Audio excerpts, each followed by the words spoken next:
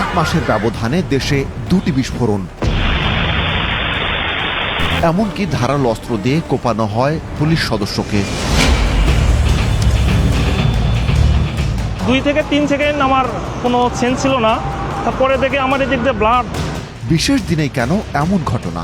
5ই আগস্টের পরে কাশিমপুর কারাগার থেকে বের হয়েছে, সেটা আরেকটা দিকে ইঙ্গিত দিচ্ছে। 4টি ঘটনার নেপথ্য কারণ খুঁজব, কারা ঘটিয়েছেন, কেন।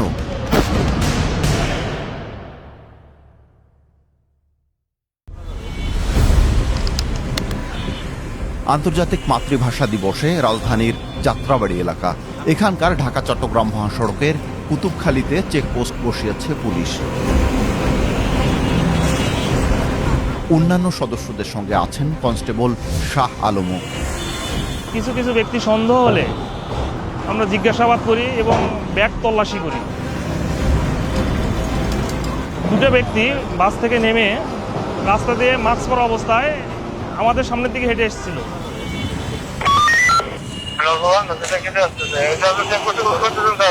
ব্যাগ কাঁধে নিয়ে 2জন সন্দেহভাজন লোক যাচ্ছে, চেক করেন। ব্যাগ ছিল ঘাড়ে, ব্যাগ ঘাড়ে থাকাকালীন স্যার সহকারে আমরা ডাকার পরে ওই 2টো ব্যক্তি, একটা ব্যক্তি আমার কাছে এসেছে। কিন্তু অপর ব্যক্তি শাহ আলমের কাছে পৌঁছালেই ঘটে আকস্মিক এক ঘটনা। মুহূর্তটা আবার দেখি। দেশীয় অস্ত্র দিয়ে শাহ আলমকে আঘাত করেন এই ব্যক্তি। এই ব্যক্তির হাতে আগ্নেয়াস্ত্র। সে ইউনিফর্ম অবস্থা আমি কখনো ভাবতে পারিনি, ঠিক আছে, আমাকে কেন মারলো বা এতগুলো লোকজন এখানে পাবলিক ফাংশনের মধ্যে কেন মারলো। যখন সেন্স আসে সঙ্গে সঙ্গে ওই ব্যক্তির পিছিয়ে ধাওয়া করি। আঘাতের পরপরই পালানোর চেষ্টায় 4 জন। তাদের পরিচয় অজানা, কিন্তু খোঁজার চেষ্টা করব। কিছু রাস্তা যাওয়ার পরে সে একটা বিকট শব্দ হয়। তারা দৌড়ে পাশের লাল মিয়া গলিতে প্রবেশ করেন। তখনও 2 জনের হাতে চাপাতি। পরে পোশাক পাল্টে এগিয়ে যান। আইনশৃঙ্খলা বাহিনী টানা কয়েকদিন তাদের তালাশ করে। নারায়ণগঞ্জের বন্দর থানা এলাকা পর্যন্ত পৌঁছে তাদের হারিয়ে ফেলেন তদন্ত কর্মকর্তারা। কিন্তু তারা ঘটনাস্থলে যে ব্যাগ ফেলে যান তাতে বিস্ফোরক পাওয়া যায়। পরে তা নিরাপদে বিস্ফোরণ ঘটানো হয়।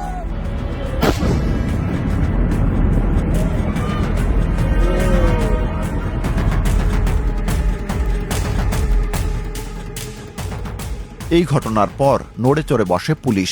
রাজধানীর যাত্রাবাড়ি, ধোলাইপাড়, পোস্তাগোলা সহ বিভিন্ন স্থানে তল্লাশি চৌকি বসায় ঢাকা মেট্রোপলিটন পুলিশ, ডিএমপির ওয়ারি বিভাগ। এছাড়া যৌথ অনুসন্ধানের নামে ডিএমপির counter terrorism and transnational crime CTTC, গোয়েন্দা পুলিশ ডিবি, পুলিশের বিশেষায়িত অ্যান্টি টেরোরিজম ইউনিট বা এটিইউ, রাষ্ট্রের একাধিক গোয়েন্দা সংস্থাও যোগ দেয় তাদের সঙ্গে। কিন্তু তদন্তকারী কর্মকর্তাদের কেউই পরিচয় প্রকাশ করতে চাননি।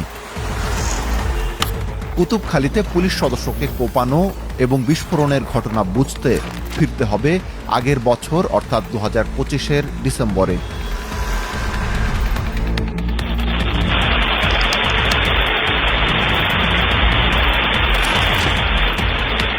ঢাকার কেরানীগঞ্জের একটি মাদ্রাসায় ভয়াবহ বিস্ফোরণ, নারী শিশু সহ আহত 4 জন। ঘটনাস্থল থেকে ককটেল, রাসায়নিক দ্রব্য ও বোমা তৈরির বিভিন্ন সরঞ্জাম উদ্ধার করে পুলিশ। কিন্তু আহত স্ত্রী সন্তানকে সেখানে ফেলে গা ঢাকা দেয় মাদ্রাসার পরিচালক শেখ আলামিন। পরদিন আলামিন সাভারে যান, দেখা করেন নাজমুল হাসান মামুনের সঙ্গে।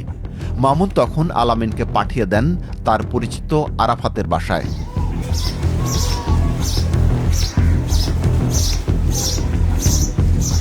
রাজধানীর ধোলাইপাড় এলাকার এই বাসা থেকেই পরে গ্রেপ্তার হন আলামিন।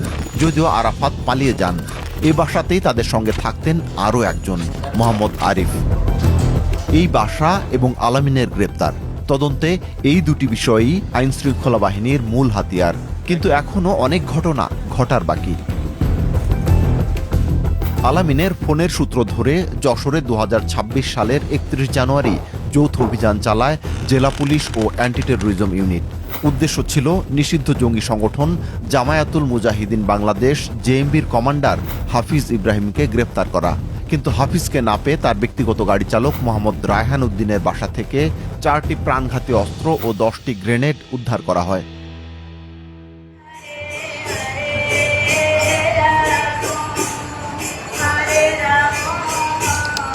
দিনটি শনিবার। কুমিল্লা শহরের শিব মন্দিরে সন্ধ্যায় পূজা চলছে। শনি পূজা করছেন পুরোহিত কেশব চক্রবর্তী। মন্দিরে তার স্ত্রী সহ বেশ কয়েকজন। পূজা প্রায় শেষের দিকে। ব্যাগ হাতে মন্দিরে প্রবেশ করছেন একজন।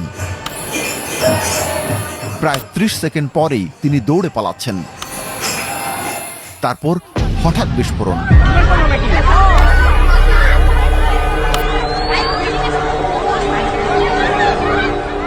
8 থেকে 10টি স্প্লিন্টারে বিদীর্ণ পুরোহিতের শরীর। হাসপাতালে চিকিৎসা নেন তিনি। টাইন গাদে একটা এরকম সাদা বস্তু একটা পড়লো গায়ে, এদিকে পড়ার পরে ওইখানে একটা থাল ছিল, ওই থালটার উপরে যাই জিনিসটা পড়লো।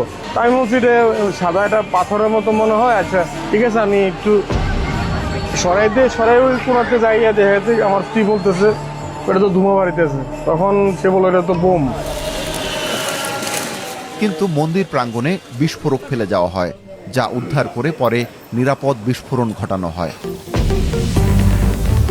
এই ঘটনার পরপরই উলায়াত বেঙ্গল নামের একটি গোপন টেলিগ্রাম গ্রুপে এই মেসেজ দেওয়া হয়। দাবি তদন্তকারী পুলিশ কর্মকর্তাদের। সেখানে লেখা হয়, ইফতারের পর খিলাফতের সৈন্যরা কুমিল্লার ঠাকুরপাড়ার একটি ইসকন মন্দিরে আইইডি বিস্ফোরণ ঘটিয়েছেন। তবে প্রথম আলো এ তথ্য স্বাধীনভাবে যাচাই করতে পারেনি। তবে এই মন্দিরে বিস্ফোরণের ঘটনায় আইন শৃঙ্খলা বাহিনী নিশ্চিত হন একটি উগ্রবাদী দল সক্রিয় হয়েছে। এবার তদন্তকারীদের হাতে শনাক্ত করার মতো 2টি ছবি। কুতুবখালীতে বিস্ফোরক বহনকারী এই 4 জন আর কুমিল্লার মন্দিরে 1 জন। সেই জট খুলব, কিন্তু তার আগে এখনও আরেকটা ঘটনা দেখার বাকি। 25 মার্চ, মহান স্বাধীনতা দিবসের আগের দিন। রাজধানীর সায়েদাবাদের জনপথ মোড় এলাকায় র্যাম্পের গোড়াতে চলছে পুলিশ সদস্যদের তল্লাশি। একটি বাস থেকে ব্যাগ সহ একে একে নামলেন 5 জন। অধিকাংশই মাস্ক পরে আছেন। সন্দেহভাজন ব্যক্তিকে থামায় পুলিশ। তখনই বিস্ফোরণ। এরপর কেউ দৌড়ে পালান, কেউ বা হেঁটে স্থান ত্যাগ করেন। পুলিশের দাবি, পালানোর আগে তারা একটি ব্যাগ ফেলে যায়। এবার 3টি স্থানের ফুটেজ মিলেছে: জনপথ মোড়, কুমিল্লা আর যাত্রাবাড়ির কুতুবখালী। এর মধ্যে এই ব্যক্তি নাজমুল হাসান মামুন। কুতুবখালীতে তার হাতেই আগ্নেয়াস্ত্র দেখা যায়।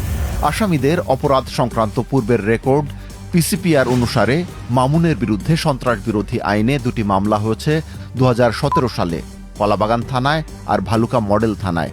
পরের বছরই গ্রেপ্তার হন। তদন্ত কর্মকর্তাদের দাবি, তিনি 90 জেএমবির বোমা বিশেষজ্ঞ। আর এই ব্যক্তি মোহাম্মদ আরিফ। 2023 সালের সেপ্টেম্বরে সন্ত্রাস বিরোধী আইনে করা মামলায় পুলিশের অ্যান্টি টেরোরিজম ইউনিট তাকে গ্রেপ্তার করে। আর বাপ্পিকে 3 ঘটনাস্থলেই দেখা যায়। তার সম্পর্কে এখনও বিস্তারিত জানার চেষ্টায় তদন্তকারীরা। আর এই ব্যক্তি পুলিশ সদস্য শাহ আলমকে ধারালো অস্ত্র দিয়ে আঘাত করেন। তার পরিচয় শনাক্তে এখনও তদন্ত চলছে। পরিচয় নিশ্চিত হওয়া ব্যক্তিদের শনাক্ত করা হয় কেরানীগঞ্জে বিস্ফোরণের ঘটনায় গ্রেপ্তার শেখ আলামিনের সূত্র ধরে। পুলিশের পিসিপিআর অনুসারে তার বিরুদ্ধে মামলা অন্তত 9টি। বর্তমানে আলামিন বাদে সবাই পলাতক। এইটা নিয়ে কাজ করতে করতে আমাদের পুলিশ প্লাস অন্যান্য যে আমাদের স্পেশালাইজড যে ইউনিটগুলো আছে সে একত্রিত কাজ করে থাকি। কাজ করার পর্যায়ে আমরা তাদেরকে আইডেন্টিফাই করতে পারি। আমরা দেখা যায় যে তারা একই গ্রুপের। এটার রুট যেহেতু পেয়েছি, এটার ডালপালা কি আছে, এটার ভিতরে কি আছে, আর কেউ ইনভলভ আছে, এটার বিহাইন্ড দ্য সিন কি আছে, আমার মনে এটা বের করে ফেলতে হবে। কিন্তু প্রশ্ন হলো, তাদের পরস্পরের সঙ্গে পরিচয় হলো কিভাবে? তদন্তকারী কর্মকর্তারা বলছেন, আলামিন, নাজমুল হাসান মামুন, মোহাম্মদ আরিফ সবাই কাশিমপুর হাই সিকিউরিটি কেন্দ্রীয় কারাগারে ছিলেন, যেখানে মূলত উগ্রবাদীদের রাখা হয়। সেখানেই তাদের পরিচয়। বিস্ফোরকগুলো সম্পর্কে জানতে কয়েকজন বিশেষজ্ঞের সঙ্গে যোগাযোগ করা হয়। তারা প্রকাশ্যে মন্তব্য করতে চাননি। তবে বলেছেন এগুলো ইম্প্রোভাইজড এক্সপ্লোসিভ ডিভাইস বা আইইডি। এএসএম আলী আশরাফ ঢাকা বিশ্ববিদ্যালয়ের একজন অধ্যাপক। যুক্তরাষ্ট্র থেকে আন্তর্জাতিক নিরাপত্তা বিষয়ে পিএইচডি করেছেন। গবেষণার মূল ক্ষেত্র ছিল পররাষ্ট্রনীতি ও সন্ত্রাসবাদ দমন।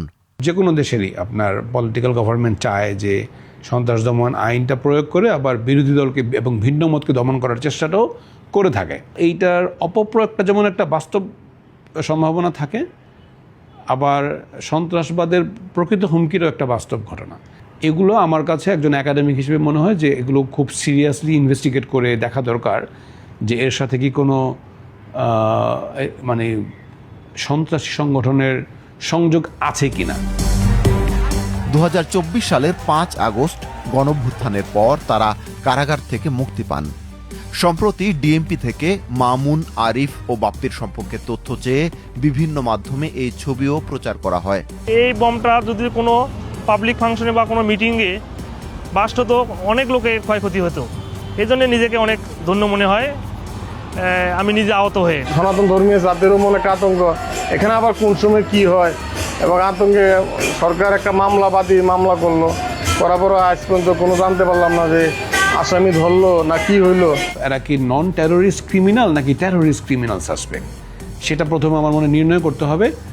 আর এমনিতে কিন্তু আপনি যে কোনো সাধারণ নাগরিকের দৃষ্টিতে বলবো যে যদি কেউ বিস্ফোরক বহন করে রাস্তায় চলাফেরা করে বা এরকম ধারালো অস্ত্র নিয়ে ঘোরাফেরা করে, এটা নাগরিকের নিরাপত্তার জন্য অবশ্যই একটা হুমকি এবং আতঙ্কের বিষয়। এটাকে খুব ব্যাপক নজরদারি এবং প্রফেশনালিজমের মধ্য দিয়ে দেখতে হবে আমার মনে হয়।